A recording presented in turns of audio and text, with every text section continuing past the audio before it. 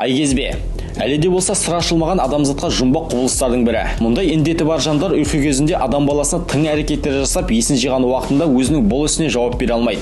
Яғни не істеп, не қойғаны оларға беймәлім. Ендеше айкезбе ауруына шалдыққан адамдардың жұмбағы мол 5 оқиғасын баяндайық. Алғашқысы Каролина қаласының тұрғыны Джереми Адамсон туралы. Ол құмар ойындардың үлкен фанаты болатын, сондықтан жергілікті казинолар оның жиі баратын мекені. Бірақ одан сорақысы айкезбе ауруына шалдыққан. Кешқұрым уақыттардың бірінде керуетке жатқан ол мүлдем ұйықтай алмайды. Көз алдында сан түрлі карталардың сұлбасы елес беріп, санасына тыныштық бермеді.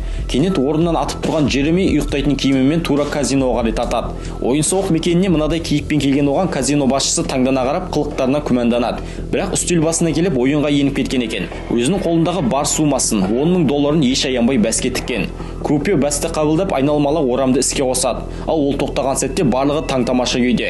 Тек ұйқылы ояу Джереми ғана айналасына не болып жатқанынан бейхабар күйде іспеттес. Джекпот сәтті шығып тіккен ақшасын 100 есе көтеріп алды.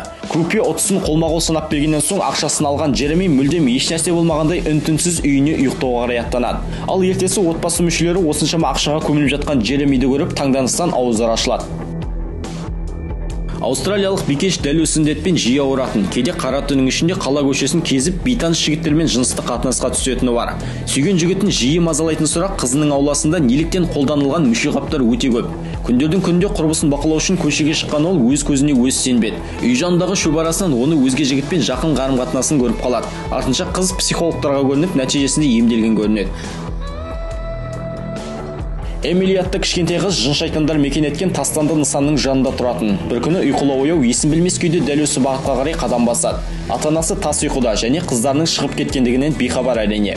Әлгі нысанға келген Эмили ең жоғары қабатқа көтеріліп, толысқан айдың сәулесіне қараған күйі терезе алдында мелшиіп тұра қалады. Осы сәтте үйдің жанынан өтіп бара жатқан жасөспірімдер тобы оның аппақ сұлбасын көріп, нағыз елестің өзі деген пікірмен жүректері ауыздарына тығылған күйде тым-тырақай қаша жөнеледі. Мұндағы жігіттердің бірі оның бұл сәтін ұялы телефонына түсіріп үлгеріп, ертесіне бұл жайт әлеуметтік желіні қызу талқысына түскен екен.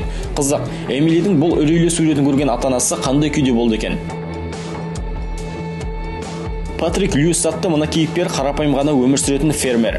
Өзінің жеке шаруашылығы бар. Ол да негізгі тақырыбымыздың бір бөлшегі. Патрик мекен еткен жерге темір жол аймағы жақын болатын. Түнгі ұйқының уақытында көше кезіп кеткен ол ұзақ уақыт бойы темір жолдың торабынан шықпайды. Күтпеген жерден қарама-қарсы уақытта жүк тиеген пойыз жеткіп келеді. Пойыз жүргізушінің берген дыбысты дабылын естіп, күнделікті қойын бағып қайыруға әдеттеніп қалған ол қолындағы ағашын көтереді. Кенет өзіне шақырған сан түрлі дауыстар құлағына шалынып, өзге аймаққа қарай қадам басады. Қуанышына орай пойыздың жаншып кетуінен осылайша құтылған екен.